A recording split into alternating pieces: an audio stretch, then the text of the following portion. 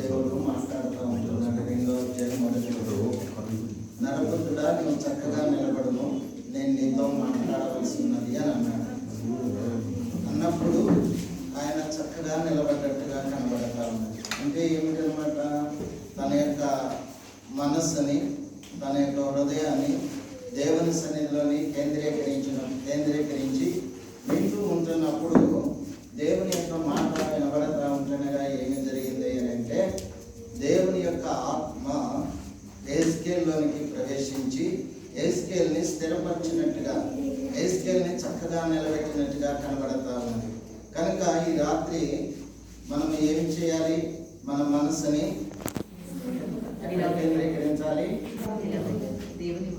అయ్యో, మధ్యరాత్రి వస్తుంది కదా, ఏంటి అని కంటిన్యూషన్ వాక్యమే చెప్తున్నారు, మమ్మల్ని నిలబెట్టి ఆరాధన చేయలేదు, లేకపోతే కొత్త గీతం పాడేయలేదు అని మాత్రము అనుకోకుండా ఏం చేయాలి? నాకు ఇచ్చిన సమయాన్ని బట్టి నేను చెప్తున్నాను. ఎందుకంటే మనం చాలా దగ్గర సమయంలో ఉన్నాయి. ఎంతైంది టైం? 11:30. హాఫ్ అన్ అవర్లో అయితే మాత్రం వర్తమానం ముగించబడదు. ఓకే, మంచిది. దేవుని పరిశుద్ధాత్మ దేవుడే సహాయం చేయను గాక. ఆమేన్.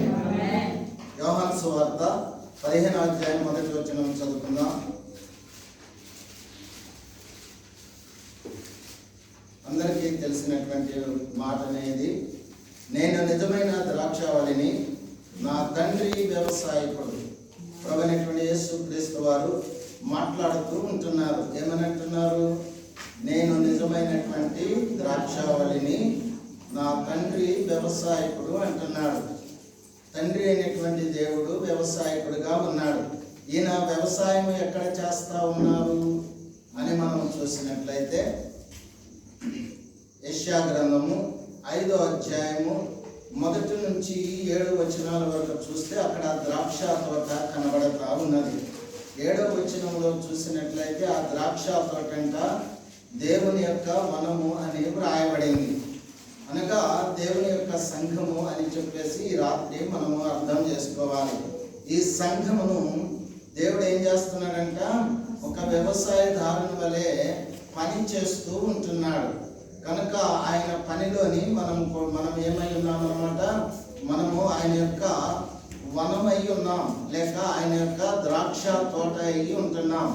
ఈ ద్రాక్షావల్లి ప్రభువైనటువంటి యేసుక్రీస్తు వారు ఆయనలోని అంటకట్టబడినటువంటి తీగలము అని మనము చూస్తాం. లేఖనాన్ని బట్టి మనము ఈ రాత్రి అర్థం చేసుకోవాలి. అయితే ఈయన ద్రాక్ష తోటని ఏం చేస్తా ఉన్నాడు? పని చేస్తా ఉన్నాడు. ఆ ద్రాక్ష తోటలోని మంచి ఫలములు రావాలని, మంచిగా అభివృద్ధి చెందాలని, వ్యాపించాలని చెప్పేసి తండ్రి వ్యవసాయదారుడిగా ఉండి పని చేస్తూ ఉన్నాడు. లూకా సువార్త 13వ అధ్యాయము 6వ వచనం చూద్దాం. సాధ్యమైనంత వరకు అర్థం చేసుకునేటట్టుగా, అర్థమయ్యేటట్టుగా మాట్లాడాలని ప్రయత్నం చేస్తాను. కనుక మీరు కూడా అర్థం చేసుకోవడానికి ప్రయత్నం చేయండి. లూకా సువార్త 13వ అధ్యాయము 6వ వచనం చదవండి. రెఫరెన్స్ చెప్పినప్పుడు చదివితే ఇంకా మంచిగా చక్కగా చెప్పబడుతుంది. ఒక మనుష్యుని ద్రాక్ష తోటలో అంజూరపు చెట్టు ఒకటి నాటబడి ఉండెను. అతడు దాని పండ్లు పెద్దగా వచ్చినప్పుడు ఏమీ దొరకలేదు కనుక. చాలండి. దేవునికి మహిమ కలుగును గాక. ఒక మనుష్యునికి ద్రాక్ష తోట ఉన్నదంట. ఆ తోటలోని ఏం చేశాడండి? అంజూరపు చెట్టుని నాటినట్టుగా కనబడతా ఉన్నది. ద్రాక్ష తోటలోని అంజూరపు చెట్టు నాటబడి ఉంటున్నది. అలాగనే ఈ సంఘంలోని, లేకపోతే దేవుని యొక్క సంఘంలోని నువ్వు ఒక ద్రాక్ష తోటలోని అంజూరపు చెట్టు వలె నీవు నాటబడి ఉంటున్నావు అనేది ఈ రాత్రి నీతోటి ఆయన మాట్లాడుతూ ఉన్నాడు. ఈ అంజూరపు చెట్టు యొక్క పరిస్థితి ఏమిటి అని మనం చూసినట్లయితే, న్యాయాధిపతుల గ్రంథము 9వ అధ్యాయము 10వ వచనం. త్వరగా న్యాయాధిపతుల గ్రంథము 9వ అధ్యాయము 10వ వచనం. ఈ అంజూరపు ఇక్కడ చెట్లు కనబడతా ఉంటున్నాయి. ఈ చెట్లన్నీ కలిసి మా మీద రాజుగా ఉండాలి అని చెప్పేసి ఒక్కొక్క చెట్టు దగ్గరికి వెళ్ళి మాట్లాడుతూ ఉంటున్నారు. అలాగనే మాట్లాడుతూ అంజూరపు చెట్టు దగ్గరికి వచ్చి మాట్లాడటము కనబడతా ఉన్నది. న్యాయాధిపతుల గ్రంథము 9వ అధ్యాయము 10వ వచనం. నీవు వచ్చి మమ్మల్ని 7 మంది అంజూరు చెట్టుతో అన్నాడు కదా. ఈ చెట్లన్నీ కలిసి అంజూరపు చెట్టుని అడుగుతా ఉన్నాయి, నువ్వు వచ్చి మా మీద ఏలికగా ఉండు, మా మీద ఒక లీడర్గా ఉండు అని చెప్పేసి అడుగుతా ఉంటే ఈ అంజూరపు చెట్టు ఏం సమాధానం చెప్తా ఉన్నది? అంజూరపు చెట్ల మీద రాజునై ఉండి ఈ చెట్ల మీద రాజునై ఉండి అటు ఇటు ఊగుటకు నేను వచ్చేదనా? లేదు లేదు, నా మాధుర్యమును నా మంచి ఫలమును నేను ఇక మానేదనా అని అంటా ఉన్నది. దేవునికి మహిమ కలుగును గాక. హల్లెలూయా హల్లెలూయా. ప్రియమైన వాళ్ళరా, అంజూరపు చెట్టు ఏమంటా ఉన్నది? నా మాధుర్యమును నా మంచి ఫలమును నేను ఇయ్యకుండా మాని అటు ఇటు ఊగుటకు నేను వచ్చేదనా, అటు ఇటు తిరగటానికి నేను వచ్చేదనా అని అంటున్నది. మిగిలిన చెట్లన్నీ ఏమంటా ఉన్నాయి? మా మీద రాజుగా ఉండు అని అడుగుతా ఉంటున్నాయి.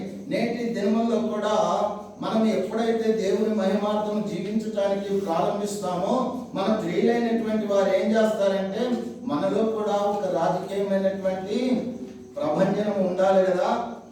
మనలోని మనం ఎందుకు ఇలా ఉండాలి అని చెప్పేసి రాజకీయంగా తిప్పాలని, లేకపోతే లోక సంబంధమైన పద్ధతులు గుండా ప్రజలను నడిపించాలనేటువంటి ఆలోచన చేత అపవాది అనేటువంటి వాడు ఏం చేస్తాడండి? మెల్లగా తిప్పుతా ఉంటాడు. అయితే ఈ అంజూరపు చెట్టు ఏమంటున్నది? నేను అటు లీడర్గా ఉండి అటు ఇటు ఊగటానికి అక్కడ ఇక్కడ తిరగటానికి నాకేమాత్రం కూడా ఇష్టం లేదు. నేను దేవుని మహిమార్థము జీవించాలి అని చెప్పేసి అంజూరపు చెట్టు అంటా ఉన్నది. ఎందుకని? అంజూరపు చెట్టు యొక్క స్థితి చూడండి ప్రియమైన వాళ్ళరా. యెషయా గ్రంథము 38వ అధ్యాయము 21వ వచనంలో చూసినట్లయితే ఇక్కడ రాజైనటువంటి హిజ్కియా కనబడతా ఉంటున్నాడు.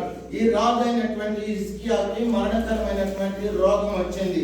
మరణకరమైనటువంటి రోగం వచ్చినప్పుడు ప్రవక్త అయినటువంటి యెషయా వచ్చి అంటా ఉన్నాడు, ఇదిగో నీకు మరణకరమైన రోగం వచ్చింది కాబట్టి నీ ఇల్లు చక్కబెట్టుకో, నిన్ను నీవు సరి చేసుకో అని చెప్పినప్పుడు ఆయన దేవుని వైపు చూసి గోడ వైపు తిరిగి కన్నీరు విడుస్తూ ప్రార్థన చేసినట్లుగా అక్కడ కనబడతా ఉన్నది. దేవునికి మహిమ కలుగును గాక. హల్లెలూయా.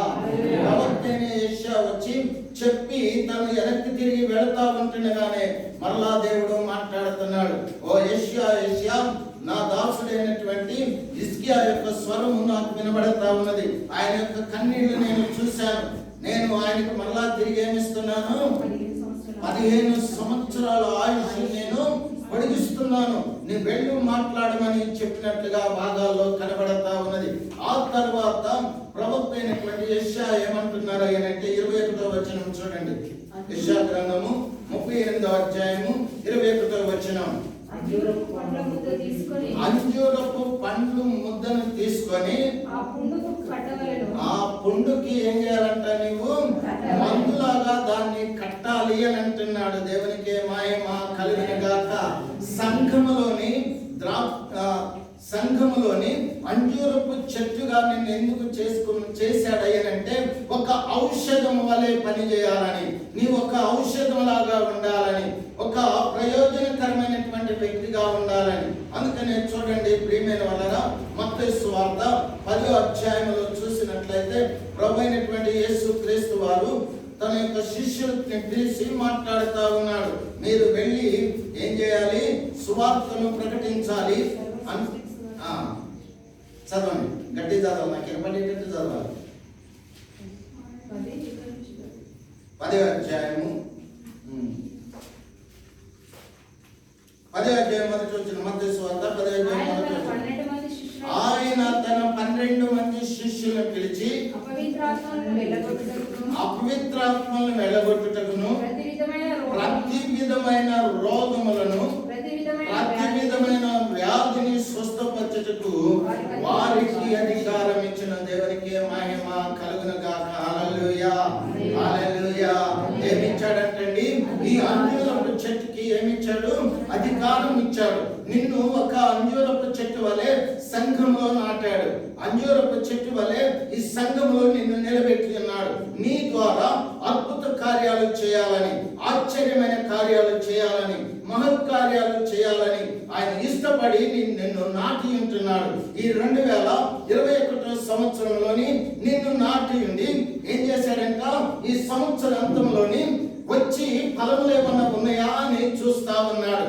చూసినప్పుడు ఫలములు ఏమీ కనబడకపోతే ఆయన ఏమన్నాడు, ఈ స్థలములోని ఈ చెట్టు ఉండి ఏమి ప్రయోజనమైనది, ఈ వ్యక్తి ఉండి ఏమి ప్రయోజనం, ఈ వ్యక్తిని నేను తీసేస్తాను అని అంటా ఉన్నాడు.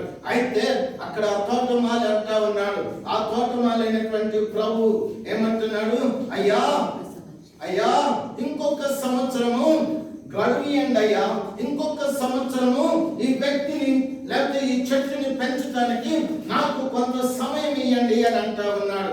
నీ నిమిత్తం అదే ప్రభు వారు అడుగుతున్నాడు. 2021 సంవత్సరంలోని నిన్ను పరిపూర్ణమైనటువంటి స్థితిలోని నిలబెట్టి దేవుని మహిమార్థము నిన్ను వాడుకోవాలని, లేకపోతే ఆయన కృప మహిమకు కీర్తి కలిగేలాగా నిన్ను నిలబెట్టాలని ఆయన ఇష్టపడి నీకు వాగ్దానం చేశాడు. ఆ వాగ్దానం ఎక్కడి నుంచి వస్తా ఉన్నాయండి?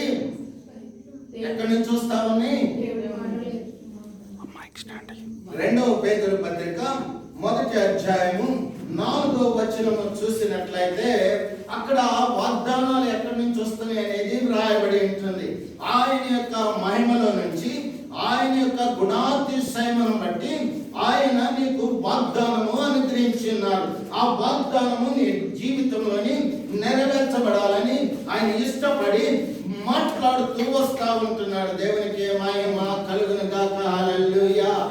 నిన్ను ఫలిభరితమైనటువంటి, లేకపోతే నీవు దేవునికి మహిమ తెచ్చేటువంటి వ్యక్తిగా, మహిమ తెచ్చేటువంటి ఒక గొప్ప సాధనముగా ఉంచాలని ఇష్టపడి నిన్ను నాటి ఉంటున్నాడు. దేవునికి మహిమ కలుగును గాక. హల్లెలూయా. అయితే ఆయన ఏమంటున్నాడు, ఈ సమయంలో వచ్చి ఆయన నిన్ను చూసినప్పుడు నీ లోపల బలములు కనబడట్లేదు. అయితే ఆయన ఏమంటున్నాడు అన్నమాట, ఆయన ఏమంటున్నాడు, ఇదిగో ఏమీ ప్రయోజనం లేదు, ఈ భూమి ఎలా వ్యర్థమైపోవాలి, ఈ స్థలము ఎందుకు వ్యర్థమైపోవాలి, ఈ స్థలములో ఈ వ్యక్తిని తీసేస్తే మరి ఒక వ్యక్తి వస్తాడు కదా, నేను తీసేస్తా అంటున్నాడు.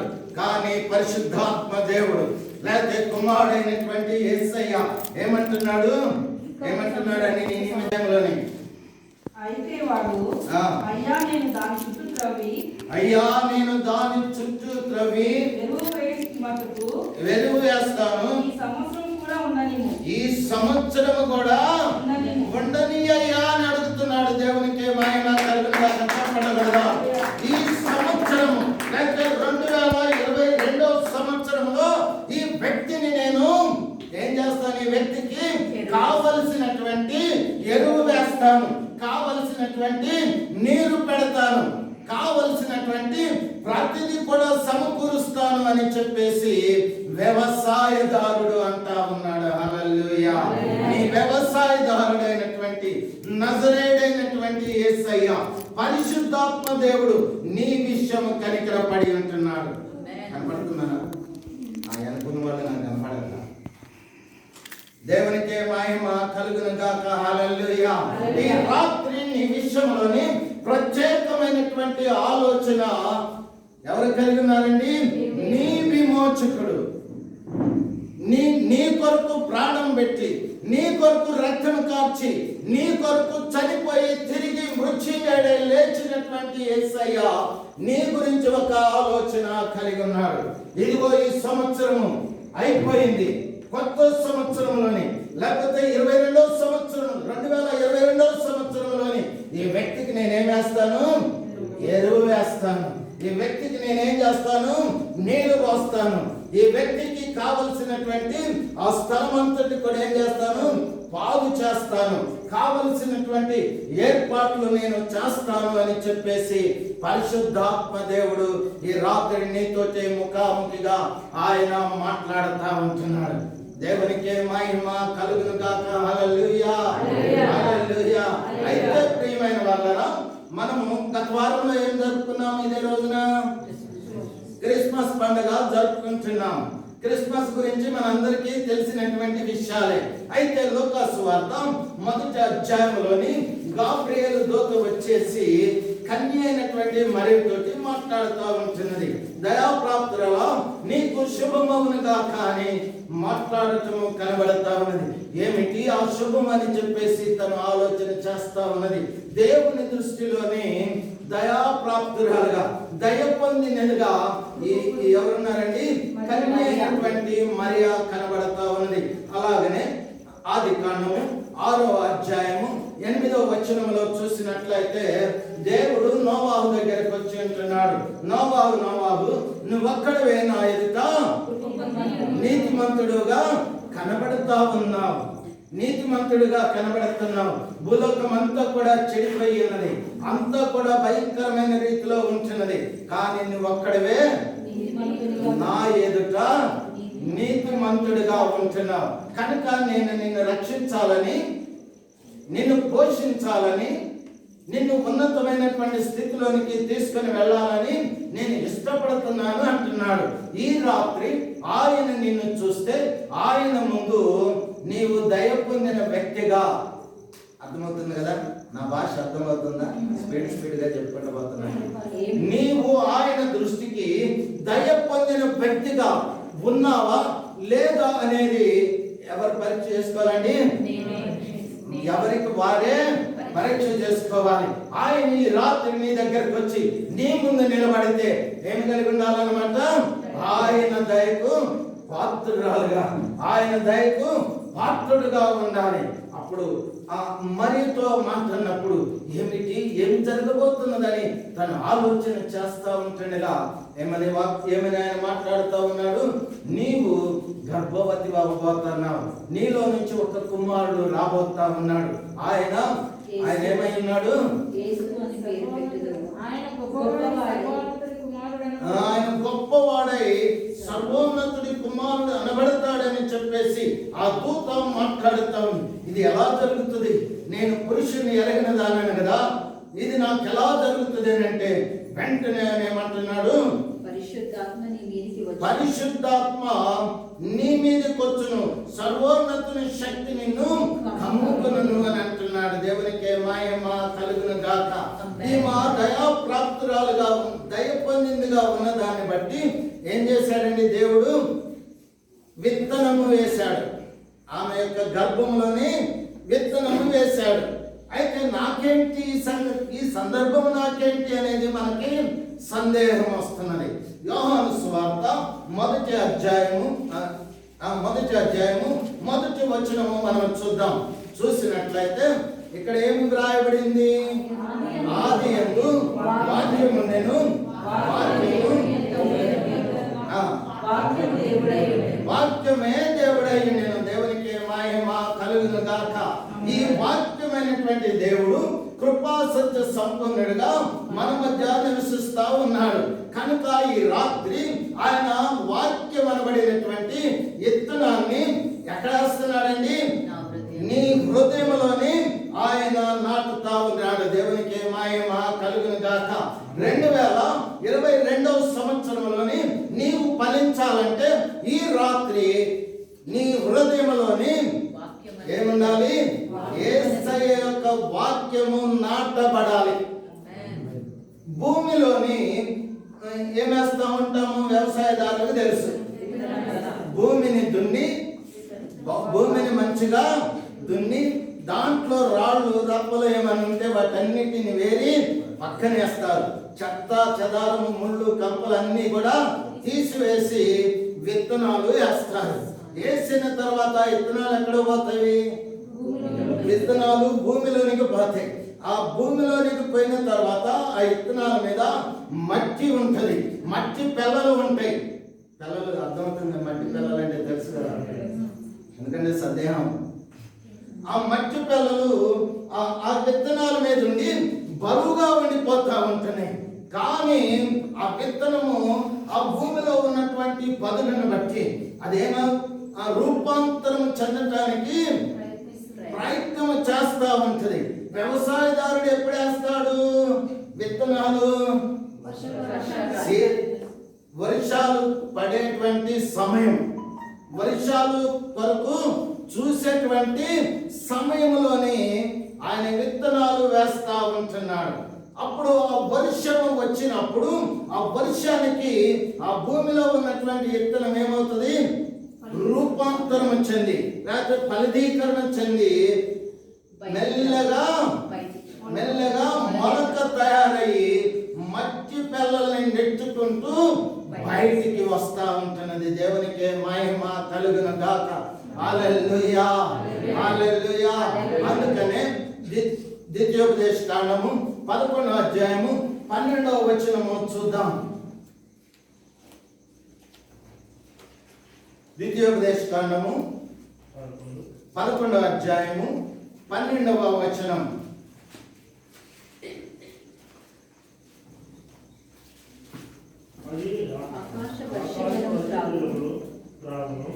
అది ఆకాశ వర్షమును త్రాగును, జలము త్రాగును. ఆ అది నీ దేవుడైన యెహోవా లక్ష్యపెట్టు దేశము. యెహోవా లక్ష్యపెట్టు దేశము సంవత్సరాది మొదలుకొని సంవత్సరం అంతం వరకు ఎల్లప్పుడూ దాని మీద ఉండదు. ఏముంటదంట? ఎల్లప్పుడు దేవుని కనులు ఆయన యొక్క కను దృష్టి ఎక్కడ ఉంటదంట? సంవత్సరాది మొదలుకొని సంవత్సరాంతం వరకు దేని మీద ఉంటదంట? భూమి మీద ఉంటా ఉన్నది. దేవునికి మహిమ కలుగును గాక. హల్లెలూయా, హల్లెలూయా. నీ మీద ఎవరి దృష్టి ఉంటున్నదంట? దేవుని యొక్క దృష్టి ఉంటున్నది. అక్కడే కొంచెం క్రిందకు చూసినట్లయితే ఏమి రాయబడింది అంటే, తొలకరి వర్షమును కడవరి వర్షమును దాని మీద దాని కాలములను కురిపించదును అంటున్నాడు. దేవునికి మహిమ కలుగును గాక. మనము ఎప్పుడు ఆయన మహిమార్థము నిలబడాలో, ఎప్పుడు ఆయన కొరకు కార్యములు చేయాలో ఆ సమయంలోని ఆయన ఏం చేస్తానంటున్నాడు? తొలకరి వర్షమును కడవరి వర్షమును కురిపిస్తాను అంటున్నాడు. హల్లెలూయా, హల్లెలూయా. మనం ఏం చేయాలన్నమాట? దేవాతి దేవుడు ఆయన ఏం చేశాడు? నీ లోపల వాక్యము అనబడినటువంటి యేసయ్య అనబడినటువంటి విత్తనాన్ని ఈ రాత్రి ఏం చేస్తా ఉన్నాడు? నీ హృదయంలోని విత్తుతా ఉన్నాడు, నాటుతా ఉన్నాడు. హల్లెలూయా. నీ లోపల నాటబడినటువంటి యేసయ్య ఇంకా బాలుడుగా ఉండటానికి లేదు. ఆయన ఇంకా ఉయ్యాలని ఊగటానికి లేదు. ఏమవ్వాలన్నమాట? ఆయన ఏమవ్వాలి? ఎదగాలి. దేవునికి మహిమ కలుగును గాక. హల్లెలూయా. అంచెలంచెలుగా ఆయన ఎదగాలి. 33.5 సంవత్సరాలు రావాలి ఆయనకి. అంటే అప్పుడు దాకానే కాదండి. ఇక్కడ అర్థం చేసుకోండి. ఇప్పుడు ఒక స్త్రీ గర్భం దాల్చిన తర్వాత వెంటనే బిడ్డ బయటికి రాదు. బయటికి రావాలంటే ఎంతకాలం కావాలి? 9 నెలలు దాటాలి. 9 నెలలు నిండాలి. ఈ 9 నెలలు నిండుట కొరకు ఏం చేస్తారు? డాక్టర్ దగ్గరికి వెళ్తారు. డాక్టర్ దగ్గరికి వెళ్ళి ప్రతి నెల చెక్ చేయించుకొని బిడ్డ యొక్క పొజిషన్ ఏంటిది, దానికి కావలసినటువంటి మినరల్స్, కావలసినటువంటి విటమిన్స్ ఏమేమి అవసరమో అవన్నీ కూడా తీసుకుంటారు కదండి.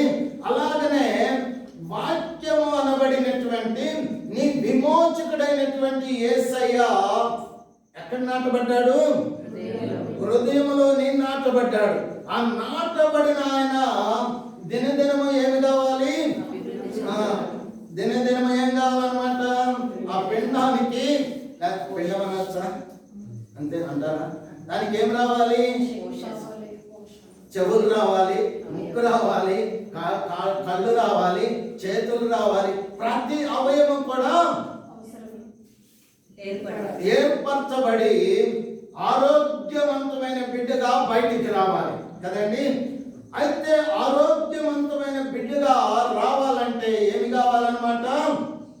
కావలసినటువంటి మెడికేషన్, కావలసినటువంటి సపోర్ట్ కావాలి.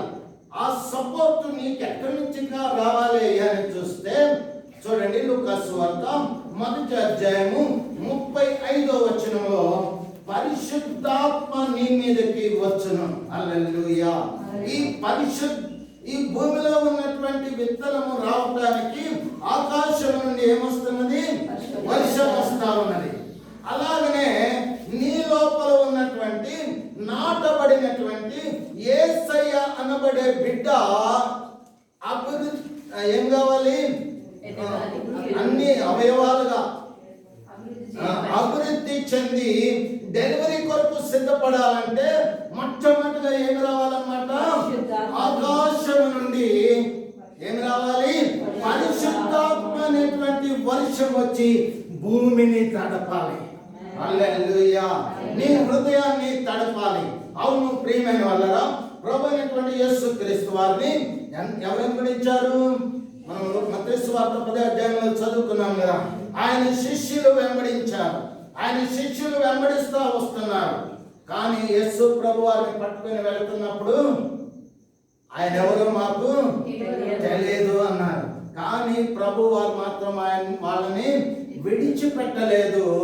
కానీ చనిపోయి తిరిగి లేచిన తర్వాత వారికి 40 దినములు కూడా ప్రత్యక్షమవుతూ అనేక విషయాలు మాట్లాడుతూ తండ్రి వలన పొందిన వాగ్దానం కొరకు ఏమి చేయండి?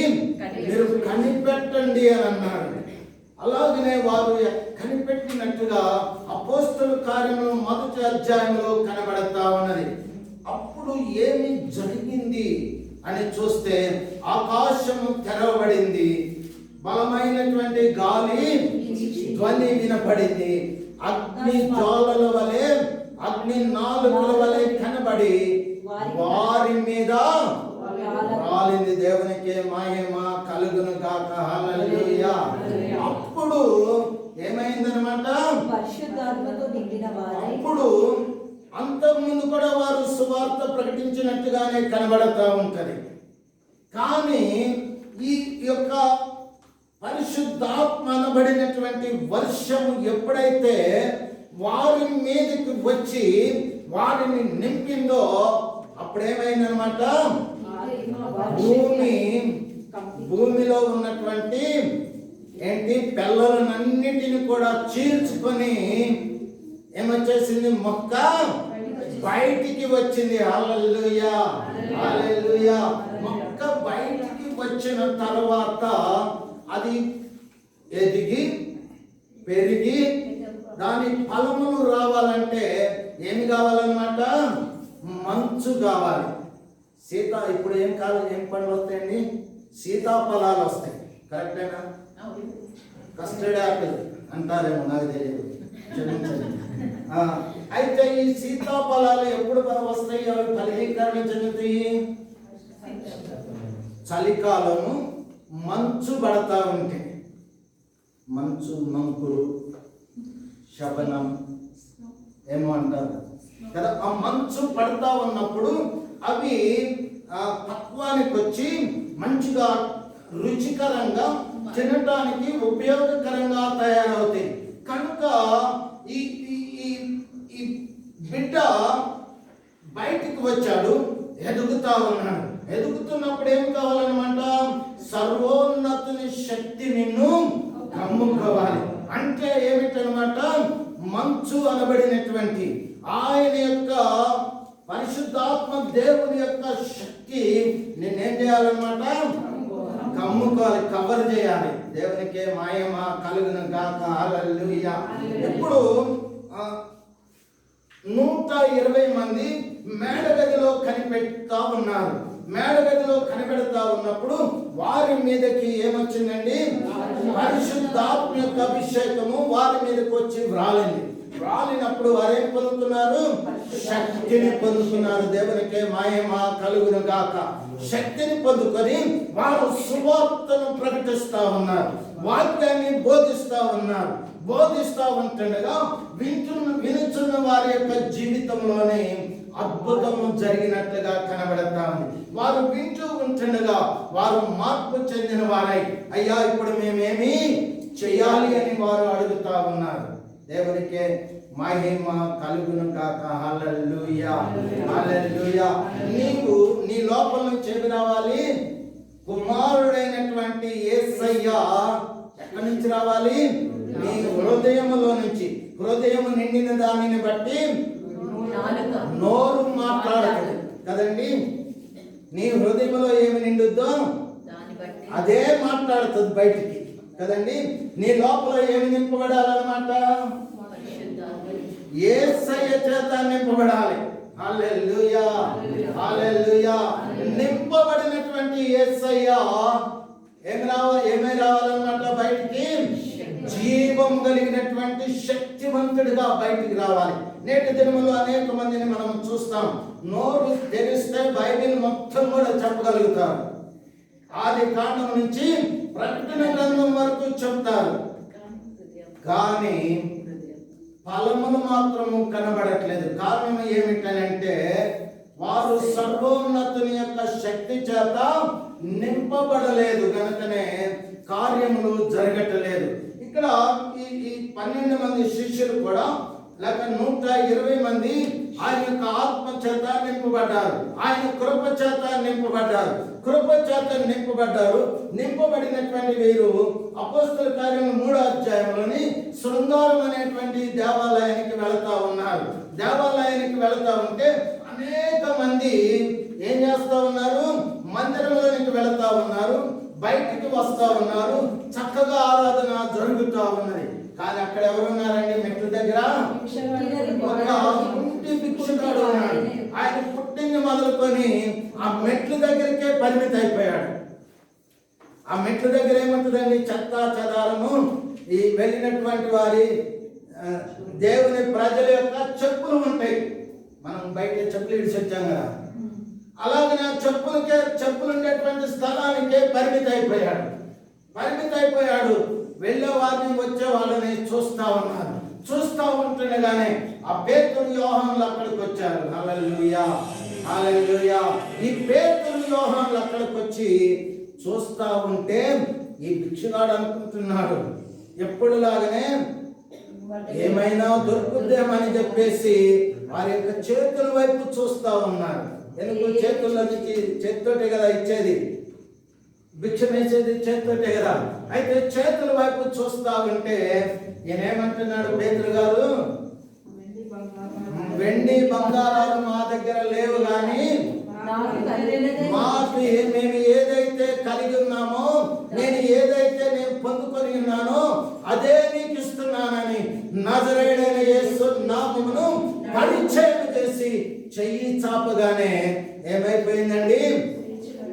చెయ్యి పట్టుకోగానే ఈయన లోపల ఉన్నటువంటి ప్రభావం ఏమైపోయింది అనమాట? వ్యక్తిలోనికి ప్రయాణం అయినట్టుగా కనబడతా ఉన్నది. దేవునికి మహిమ కలుగును గాక. ఈ కొత్త సంవత్సరంలోని ఇలాంటి కార్యములు దేవుడు చేయబోతా ఉన్నాడు. ఎంతమంది నమ్ముతున్నారు? చప్పట్లు కొట్టండి.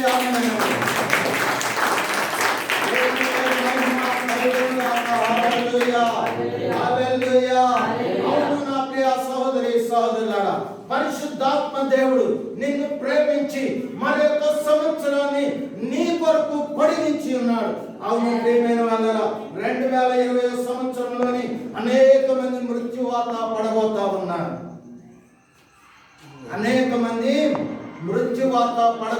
ఉన్నారు. కానీ నిన్ను మాత్రము అలాంటి స్థితికి అప్పగించకుండా నిన్ను పోషించబోతా ఉన్నాడు, నిన్ను సంరక్షించబోతా ఉన్నాడు. ఎందుకో తెలుసా? అగ్ని జ్వాలగా నిన్ను చేసి నీ ద్వారా అనేకమైన కార్యములు చేయాలని. అప్పటి వరకు బయట ఉన్నటువంటి వ్యక్తి ఇప్పుడు ఏమయ్యాడు? లేచి దిక్కును లేచి గంతులు వేస్తూ నాట్యం ఆడుతూ మందిరంలోనికి వెళ్ళి స్తుతిస్తా ఉన్నాడు. కారణం ఏమిటి? ఈ పేతురు యోహాను లోపల నాటబడినటువంటి విత్తనమనబడినటువంటి యేసయ్య శక్తివంతుడై బయటికి వస్తా ఉన్నాడు.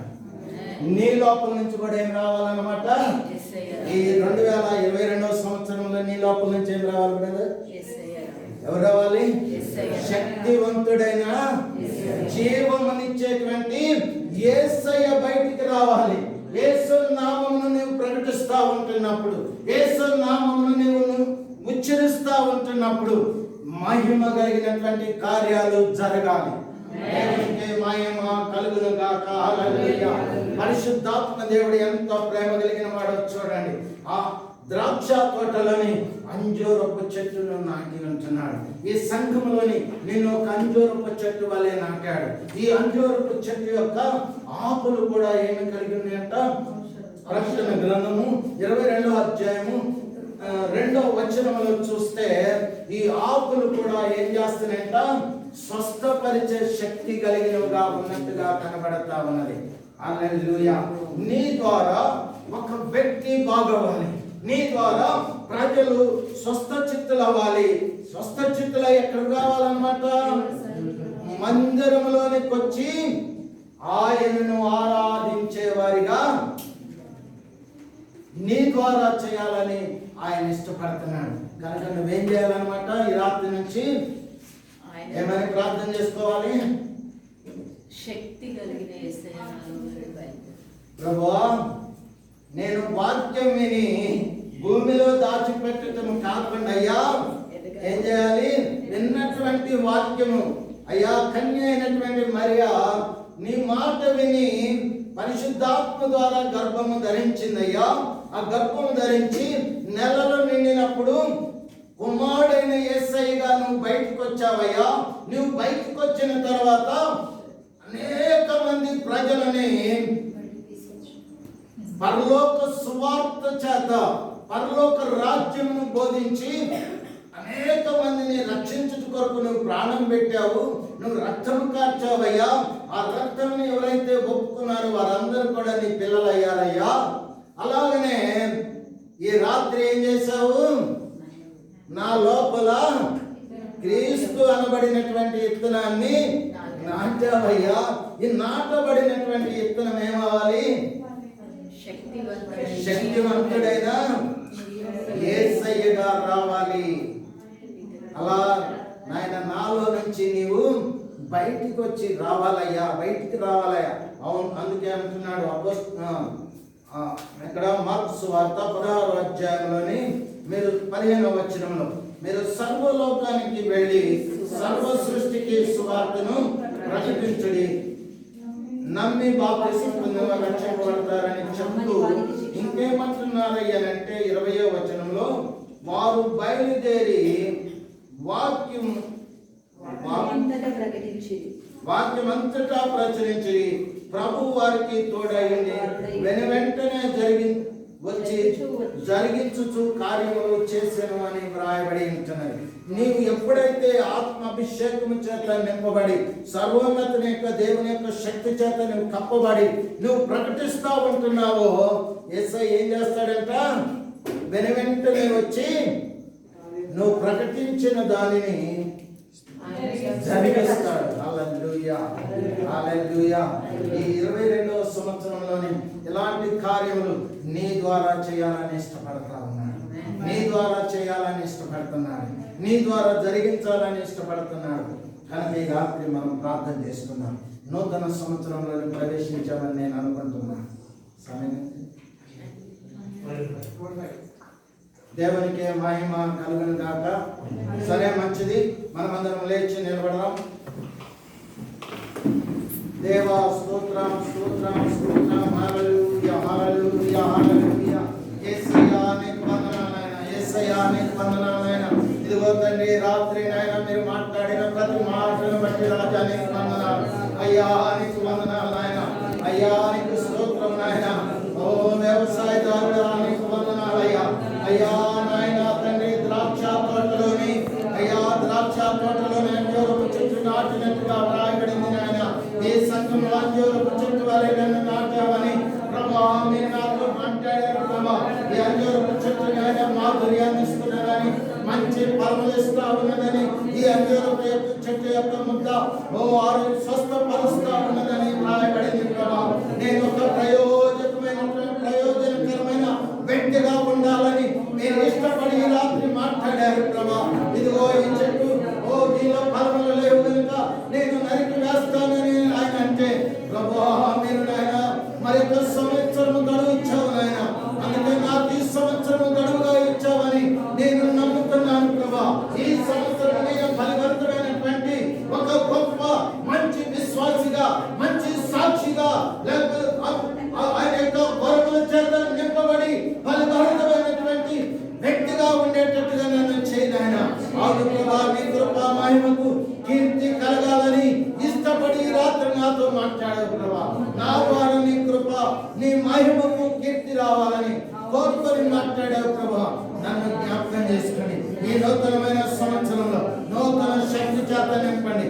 ఈ నూతనమైన సంవత్సరంలో అయ్యా పరిశుద్ధాత్మ దేవుడా, అయ్యా నాయన పరిశుద్ధాత్మ అభిషేకము నా మీదకి రాని నాయన.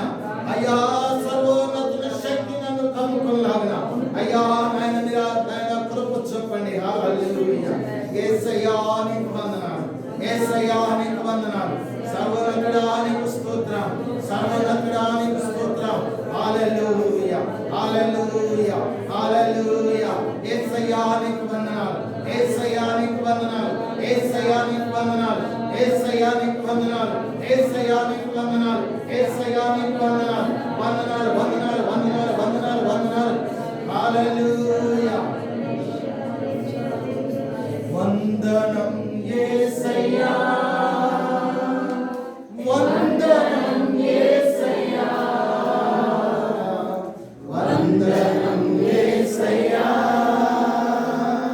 వందనం యేసయ్యా, వందనం యేసయ్యా, వందనం యేసయ్యా, వందనం యేసయ్యా, వందనం యేసయ్యా. బలహీనుడనైన నన్ను నీవెంతగానో బలపరచావు, క్రీస్తు మహిమైశ్వర్యములో ప్రతి అవసరమును తీర్చావు. బలహీనుడనైన నన్ను నీవెంతగానో బలపరచావు, క్రీస్తు మహిమైశ్వర్యములో ప్రతి అవసరమును తీర్చావు. వందనం యేసయ్యా, వందనం యేసయ్యా, వందనం యేసయ్యా, వందనం యేసయ్యా. హల్లెలూయా, హల్లెలూయా, హల్లెలూయా. ఈ రాత్రి దేవుడిని ప్రేమిస్తున్నాను. ఎన్నో నూతనమైన సంవత్సరంలో ఆయన నిన్ను ప్రేమిస్తున్నాడు. నా ప్రియ సహోదరి, నా ప్రియ సహోదరుడా, ఆయన నిన్ను దాటిపోకముందే, ఆయన నిన్ను దాటిపోకముందే ప్రభువా నీ కృప నా మీద ఉంచు నాయన. అవును నాయన, అయ్యా నీ కృప నా మీద ఉంచు నాయన, నీ కటాక్షము నా మీద ఉంచు నాయన, నీ కనికరము నా మీద ఉంచు నాయన. అయ్యా కృప చూపు నాయన, కృప చూపు నాయన. ఇదిగో తండ్రి, అయ్యా నేను బలహీనమైన, అయ్యా గత సంవత్సరంలో నేను ఎంతో బలహీనమైన వ్యక్తిగా ఉన్నానయ్యా. ఆయనను మీరు క్షమించి ప్రభా మరి యొక్క సంవత్సరాన్ని అయ్యా నాకు పొడిగించారు ప్రభా. ఈ సంవత్సరంలో ప్రభా నేను ఫలిస్తానయ్యా. ఈ సంవత్సరంలో అయ్యా ఫలములు ఇస్తానయ్యా. అయ్యా నాయనా ఈ రాత్రి మీకు అనుగ్రహించండి. నీ ఆత్మాభిషేకం నా మీదకి రాని నాయన, నీ శక్తి నా మీదకి రాని నాయన. అయ్యా నీ అభిషేకం చేత తాకు నాయన. అయ్యా మీరు కలవరలో కార్చిన రక్తాన్ని ప్రభా నా మీద ప్రోక్షించి నాలో ఉన్న బలహీనత అంతటిని కూడా కొట్టివేయండి ప్రార్థన చేస్తున్నాను. హల్లెలూయా, హల్లెలూయా. ఓ మైటీ లార్డ్, mighty Jesus,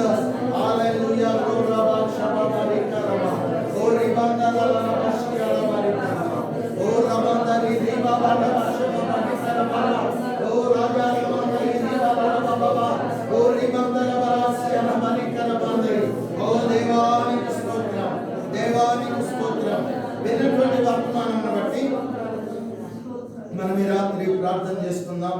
నూతన సంవత్సరాన్ని దయా కిరీటంగా ఆయన అనుగ్రహించాడు. ఈ నూతనమైనటువంటి సంవత్సరంలోని ఆది నుంచి అంత వరకు ఆయనే మనతో కూడా ఉండి మనల్ని నడిపించాలని ఇష్టపడుతున్నటువంటి యేసు వైపు చూస్తూ మనము ప్రార్థన చేసుకుంటూ ముందుకు సాగిపోదాం.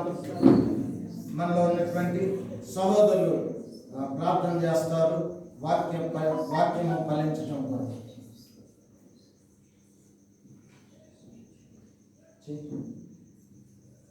పరిశుద్ధ పరిశుద్ధ పరిశుద్ధ నీకు వందనాలు ప్రభా. గొప్ప దేవుడా, సజీవుడా నీకు వందనాలు ప్రభా. అయ్యా మరొకసారి ప్రభా ఈ యొక్క నూతన సంవత్సరంలోనికి ప్రభా నన్ను నడిపించిన విధానాన్ని బట్టి నీకు వందనాలు. అయ్యా దైవ సేవకుడు బోధించిన ప్రతి మాట ద్వారా మాతో మాట్లాడిన అవసరం. అయ్యా అవును తండ్రి, అంజూరపు చెట్టును నాటినప్పుడు ప్రభా ఎస్సయ్యా అది ఫలించలేని స్థితిలో ఉన్నప్పుడు ప్రభా ఎస్సయ్యా లోటమాలిగా ప్రభా ఎస్సయ్యా మా కొరకు మీరు ఎరువులను అందిస్తారు, మా కొరకు తని సమస్తం ఇస్తారన్న వాగ్దానాన్ని బట్టి పొందినారు. మేము తిరిగి ఫలించకే తండ్రి ఎస్సయ్యా, తిరిగి మారు మనసు పొంది ప్రభా ఎస్సయ్యా అయ్యా బలము పుచ్చుకొని ప్రభా బలహీనులను బలపరిచే దేవుడు అని ఈ ఆత్మ అభిషేకం ద్వారా ప్రభా ఎందరైతే ఆత్మ చేత నడిపించబడుతుందో వారందరూ దేవుడి పిల్లలకు అధికారం అనుగ్రహించబడిన వాగ్దానాన్ని బట్టి నీకు వందనాలు అయ్యా. మేడగదిలో అపోస్తులపైకి దిగినట్టి ఆత్మ ప్రభువా ఇక్కడ ఉన్న ప్రతి ఒక్క బిడ్డ పైన ప్రభువా నీ అంత దినంలో నీ ఆత్మను జనులందరిపైకి అయ్యా నింపుతానన్న దేవానికి వందనాలు ప్రభువా. నీ ఆత్మ అభిషేకము ఎంతగా అవసరమైనదో మేము గ్రహించినాము వందనాలు ప్రభువా. నీ ఆత్మ కార్యము జరుగునుగా కట్టండియ్యా. ఓ తండ్రి అపోస్తులు ప్రభువా అయ్యా సువార్త ప్రకటించినారు ప్రభువా, సువార్తతో పాటు ప్రభువా ఓ బలమైన సూచక కార్యాలు జరిగినాయి తండ్రి. మేము బోధించగా నీ కార్యములు జరుగుతాయి తండ్రి. ఓ చనిపోయిన వారు తిరిగి లేస్తారు అయ్యా, రోగములతో ఉన్నవారు కట్టబడిన వారు ప్రభువా బంధింపబడిన వారిని ప్రభువా విడిపించుటకు ప్రభు ఆత్మ మీ పైన ఉన్నదని వాగ్దానం రాయబడి ఉన్నది తండ్రి. అటువంటి ఆత్మను మా పైకి దించుతారు తండ్రి. మీ ఆత్మ అభిషేకం ద్వారా ప్రభువా మేము నూతన కార్యములు జరిగించుగా కట్టండి. ఓ తండ్రి వాడబడిన భూములను దున్నని భూములను సైతం దులుగా కాపాడు. ఓ నీ వాక్యము శక్తివంతమైన వాగ్దానం చేత చేపట్టుకొని ప్రభావ బలమైన సాధనం వలె వాడబడుతుంది కాక క్రీస్తు నామమును ప్రచురం చేసే బిడ్డలుగా మార్చబడుతుంది కాక మా జీవితం మార్చబడుతుంది కాక మా యొక్క స్థితిగతులు మార్చబడుతుంది కాక. ఓ క్రీస్తును నమ్ముకున్న బిడ్డలు యేసు క్రీస్తు గొర్రె పిల్ల రక్తాన్ని బోధింతురు కాక. యేసు క్రీస్తు నిజ దైవం అని అనుకుంటున్నారు. సాయంత్రం ప్రతి ఒక్కరు దేవుని వైపు తిప్పే బిడ్డలుగా ముందురు కాక.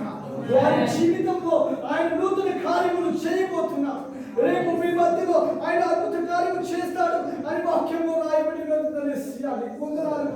మిమ్మల్ని మీరు శుద్ధి చేసుకుని ఆయన మీ మధ్యలో రేపు కార్యం చేయబోతున్నారు. మీ కుటుంబంలో మీ కార్యం చేయబోతున్నారు, మీ సంఘంలో మీ కార్యం చేయబోతున్నారు. మీరు ఏ కార్యం అయితే ఆశించినారో ఆ కార్యము నిశ్చయంగా దేవుడు స్థిరపరచబడును. వాక్యం ప్రకటిస్తుంది. ఆ వాక్యం యొక్క ఆ వాక్యం ఎందరైతే నమ్మి విశ్వసిస్తారో వారందరూ రక్షింపబడుతున్నారు అని వాక్యంలో రాయబడిన వాగ్దానాన్ని బట్టి నీకు వందనాలు. మీరు చెప్పిన అంకుల్ని బట్టి నీకు వందనాలు ప్రభా. ఇంతవరకు ప్రభా నీ మెండైన అభిషేకంతో బిడ్డను నింపి మాతో మాట్లాడిన విధానాన్ని బట్టి నీకు వందనాలు. మా హృదయాలను సరి చేసుకునే కృపను మరొకసారి ఈ నూతనమైన సందర్భంలోనికి మమ్మల్ని తీసుకొచ్చిన విధానాన్ని బట్టి నీకు వందనాలు. ఈ కృపను నీ కనికరమును మా పైన నింపి తండ్రి ఇలానే ప్రభా అంకుల్ ఇంకా తండ్రి నీ దైవిక జ్ఞానం బలమైన శక్తివంతంగా ఈ బిడ్డను సర్వోన్నతమైన దేవుని ఆత్మ కమ్ముకునుగా తండ్రి. నీకు వందనాలు ప్రభా. నూతనమైన కార్యములు జరిగిత్తురుగాక అయ్యా. నీకే వందనాలు ప్రభా. క్రీస్తు దాస్ అంకులు చేస్తున్న పరిచర్యను కూడా మీరు ఆశీర్వదించండి ప్రభా. ప్రతి ఆయన కుటుంబంలో కూడా మీరు సహాయం చేయండి ప్రభా. ప్రతి ఆర్థికంగా ప్రభా అయ్యా ఆరోగ్యపరంగా ప్రతి దాంట్లో ప్రభా యేసు నామములో ప్రభా దీవించబడుగా కూడా సాయం చేయండి ప్రభా. ఓ నాకు విరోధంగా రూపొందుతున్న ఏ ఆయుధము వర్ధిల్లన్న వాగ్దానాన్ని బట్టి అయ్యా అంకుల్ జీవితంలో ప్రతి ఒక్క విరోధంగా ఏమైతే ఉన్నాయో ప్రభా అవి నిశ్చయంగా వర్ధిల్లవని ప్రకటిస్తున్నాము తండ్రి. నీకు వందనాలు ప్రభువా. క్రీస్తు రాజ్యాన్ని ప్రకటించే ఓ బలమైన సాధనం వల్లే అంకుల్ తండ్రి అయ్యా వాడబడుతున్న విధానాన్ని బట్టి నీకు వందనాలు అయ్యా. ఇలాంటి వాగ్దానముల చేత, ఇలాంటి మర్మముల చేత అనేకమైన సూచక కార్యాలు జరుగునుగా కథమిస్తున్నా నీకు వందనాలు చెల్లిస్తూ ఈ యొక్క అర్పణ, ఈ యొక్క ఆరాధన మా యొక్క యేసుక్రీస్తు కొరకే అర్పిస్తున్నాము తండ్రి.